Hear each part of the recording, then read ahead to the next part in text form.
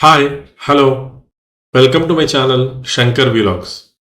So, ఈరోజు మనము ఒక మంచి టాపిక్‌తో మళ్ళీ కలుస్తున్నామండి. అదేంటంటే, are we defined by our imperfections? So, ఇది చాలా మంచి ఇంట్రెస్టింగ్ టాపిక్. ఇది మీరు జు ఒకసారి మీరు మీరు రియలైజ్ అయ్యి అంటే మీ అంతకు మీరు తెలుసుకుంటే ఇది చాలా బావుంటుంది. ఇది మంచి టాపిక్. ఇది ఏంటి అనేది మనం తెలుసుకుందాం. అంటే are we defined by our imperfections అంటే మనలో ఉన్న బ్యాడ్ క్వాలిటీస్ అనేటివి ఉంటాయన్నమాట. జనరల్‌గా మనకి బ్యాడ్ క్వాలిటీస్ అని ఉంటాయి. సో, ఆ బ్యాడ్ క్వాలిటీస్ మనం మనల్ని మన క్యారెక్టర్‌ని డిఫైన్ చేస్తాయా?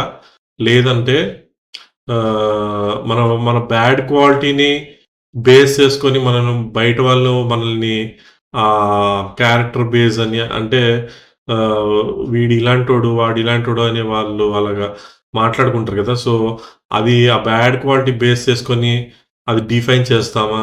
లేదంటే ఏ పర్సన్ అనేది బేసికల్‌గా జెన్యూన్ లాగా అంటే he is by default a good person because he is inherent because he is inherent qualities all godly qualities కాబట్టి so, he is a good పర్సనా?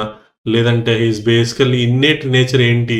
అంటే తనకి ఇన్నేట్ నేచర్ ఏంటంటే బేసికల్‌గా కొంతమంది ఇన్నేట్ నేచర్ అంటే ఇన్హెరెంట్ నేచర్ అనమాట. జన్మించంగానే వాళ్ళకి కొంతమందికి కోపము అలాగే కొన్ని క్వాలిటీస్ బ్యాడ్ క్వాలిటీస్ అనేటివి కొద్దిగా పాస్ట్ లైఫ్‌లో నుంచి కొన్ని ఇంప్రెషన్స్ అనేటివి ఫార్వర్డ్ అవుతాయి. సో, దాన్ని బేస్ బట్టి మనము బ్యాడ్ పర్సన్ అని మనం డిసైడ్ అవుతామా? ఏంటి అనేది మనం అది ఈ టాపిక్‌లో చూద్దామండి. సో, అది మంచి ఇంట్రెస్టింగ్‌గా ఉంటుంది. సో, మనం స్టార్ట్ చేసేద్దాం topic.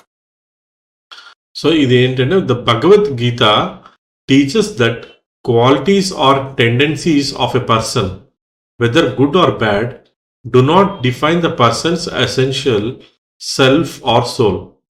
Chapter 16 of Bhagavad Gita classifies qualities into two broad groups: Daivi Sampad, divine qualities, and Asuri Sampad, demonic qualities. These qualities reflect inner tendencies and behaviors but do not make a person inherently bad or good at the soul level. The soul itself is essentially pure and divine, and it is the mind and habits that may show bad qualities or tendencies at times. So ఇది మనం భగవద్గీత మనం base చేసుకొని మాట్లాడుకుంటే 16th chapter మనం refer చేసుకుంటే అక్కడ ఏం చెప్తున్నారంటే జనరల్‌గా ఈ ఈ పీపుల్‌లో 2 క్వాలిటీస్ అనేటివి జనరల్‌గా ఉంటాయి. అదేంటి అంటే దైవీ సంపత్ డివైన్ క్వాలిటీస్. ఇంకోటి అసురి సంపత్ అంటే డెమనిక్ క్వాలిటీస్. అంటే గుడ్ అంటే డివైన్, బ్యాడ్ అంటే డెమోనిక్. సో, ఈ 2 క్వాలిటీస్ ఉన్నప్పటికీ ఒక పర్సన్‌ని బ్యాడ్ క్వాలిటీ ఉన్నంత మాత్రాన బ్యాడ్ పర్సన్ అని మనము చెప్పలేము. ఎందుకంటే బై డిఫాల్ట్ అతనికి ఒక సోల్ ఉంటుంది. ఒక ప్యూర్ డివైన్ సోల్ ఉంటుంది. ఆ సోల్ లెవెల్‌లో వాళ్ళకెప్పుడు సోల్ డివైన్‌గా ఉంటుంది కాబట్టి వాళ్ళెప్పుడూ he he is relating to God అనమాట. బట్ ఇక్కడ ఏమంటున్నారంటే ఇక్కడ మైండ్ అండ్ హ్యాబిట్స్ అంటే ఆ మైండ్, ఆ habits may show bad qualities or tendencies at times. ఇప్పుడు మనం జనరల్‌గా ఏంటంటే ఈ మైండ్ ఇంకా హ్యాబిట్స్ ఈ హ్యాబిట్స్ ఏంటంటే మనం ఎవ్రీ టైమ్ అలా ఫాలో అయ్యి, ఎవ్రీ టైమ్ అలా యాక్షన్స్ ఫాలో అవుతే ఆ హ్యాబిట్స్ ఫార్మ్ అవుతాయి. అలాగే మన మైండ్ అనేది మనం ట్రైన్ చేసుకోవాలి. ఇప్పుడు బ్యాడ్ హ్యాబిట్స్ ఉన్నంత మాత్రాన మనకి ఎప్పుడు బ్యాడ్ క్వాలిటీస్‌లో ఉంటాము అని కాదు. We have to train such that good qualities కూడా మనం అక్వైర్ చేసుకొని అదే లెర్నింగ్‌లో మనం తీసుకుంటే ఆటోమేటిక్‌గా మనకి బ్యాడ్ క్వాలిటీస్ అనేటివి పోతాయి. సో, ఇక్కడ ఏంటి అంటే ఈ భగవద్గీత ప్రకారం ఈ గుడ్ ఆర్ బ్యాడ్ 2 ఉన్నప్పటికి కూడా ఒక మనిషిలో ఆ పర్సన్‌ని మాత్రం దాన్ని బేస్ చేసుకొని మనం గుడ్ ఆర్ బ్యాడ్ కింద మనం డిఫైన్ చేయలేం. ఎందుకంటే he is essentially a soul, pure divine soul. Every human being is a divine soul. So, అందువల్ల అతనికి ఇన్హరెంట్ నేచర్ ఏంటంటే డివైన్ నేచర్.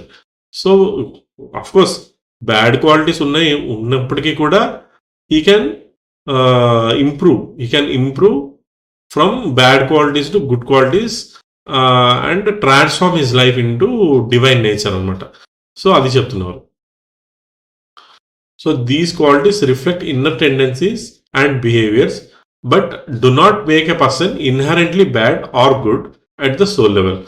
ఈ క్వాలిటీస్ ఉన్నప్పటికీ reflect inner tendencies and behaviour అంటే వాళ్ళ పాస్ట్ లైఫ్లో ఏవేవైతే ఇంప్రెషన్స్ ఉన్నాయో అవి అవి అలాగే మళ్ళీ వస్తాయి.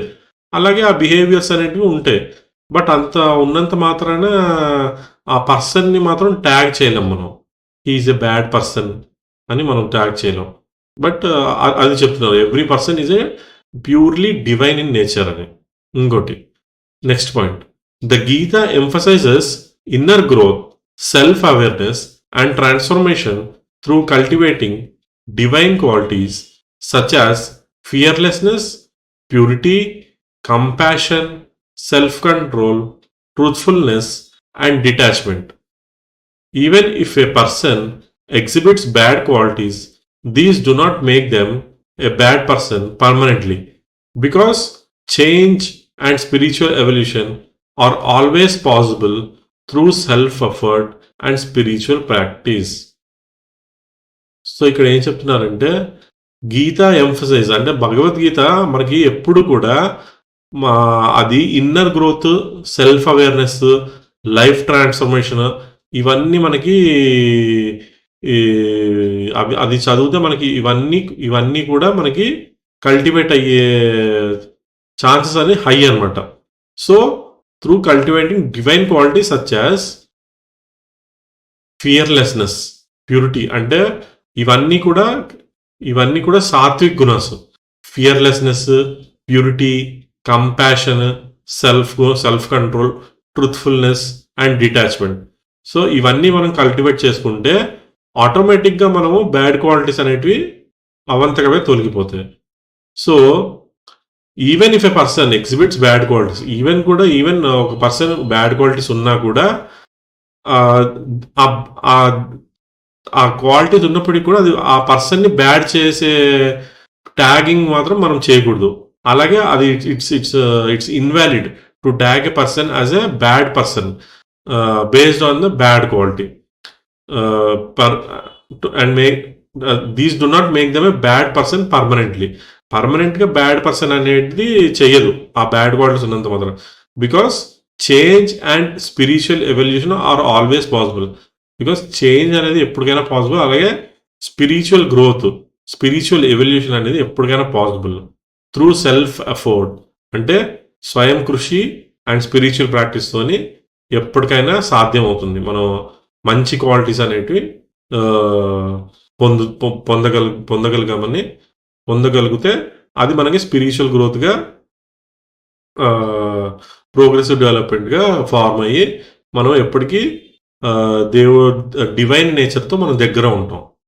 Okay, next point, the Gita also advises not to judge harshly but to see inner qualities as part of person's current state and potential for growth.